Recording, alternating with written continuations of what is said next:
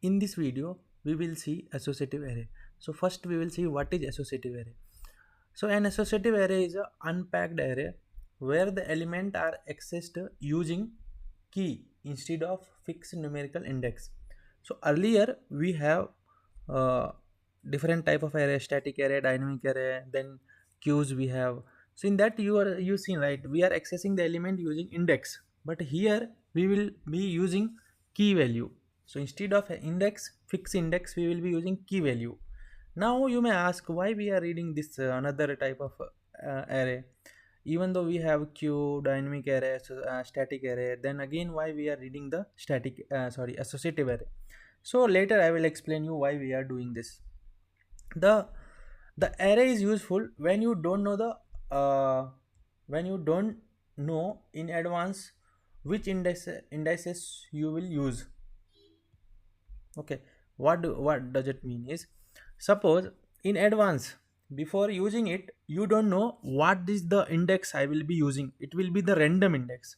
Okay, suppose one index will be 1000, another second first index will be 1000, second will be 300, fourth will be 200, like that, random index.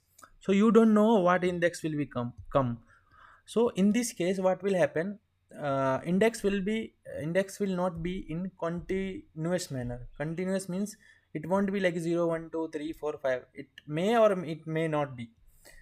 So here index will be random. Okay, that is what we have to know from here. So that is what this line is also explaining, the same thing. The array is useful when you don't know in advance which indices you will be needed. Okay, the key can be an integer, a string, or any integral data type. So key can be any data type, whether it is a string, integer, or any data type. It is possible. Byte also possible, bit also possible, any data type it's possible. Okay, why do we need associative array? The question is, why do we need associative array? So for example, consider you have this much of size variable, static variable. Okay, so if you are declaring like this, means static variable. So int data, that is a static variable, or you can say static array. Actually it's not a static variable, it's a static array. So int, then you have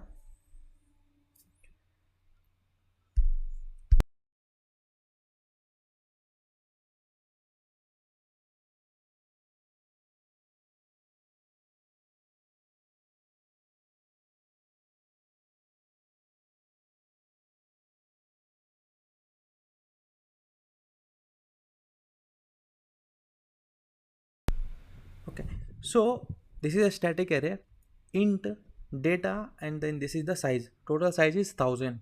So 1000 element will be created.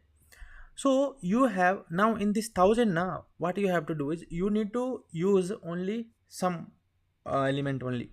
So you have allocated a space for 1000 elements. So total how many element will be created? But suppose you only need how many? 3 only. So suppose you need only 100, 500 and 900. So in this case you need only 3 element, but you created how many? You have created 1000. So it's a memory wastage, right? So because of that, we came with the array which will allow you to create only these 3 element. No need to create 1000 element, only these 3 element you can create. So in this case the index is a continuous manner, right? 0 to 99 means 1000 element. But in this case it's a discrete manner. So 100, 500, 999, like that. So a lot of space may be unused. I told you, when we declare like this and when we are using only these 3, in this case the lot of space may be unused. So the more memory wastage. With this associative array, we will reduce this problem. We will overcome this problem, memory wastage problem. We will overcome with this associative array. So in this associative array, how you will declare like this? So this is a in data type, array data type. This is the associative array name, and inside this you have to pass the index type. So here you need to pass index type. Okay, if you can create entries only when you use them. So whenever you want to use that time only you need to create the entry. Okay, I hope you got it right. So associative array, this is a associative array type, and this is the what key, and this is a value. So key and value associated. See, this value will be associated with the key 100, value 50 will be associated with 500 index, and 99 will be associated with this 999. The syntax of this associative array will look something like this.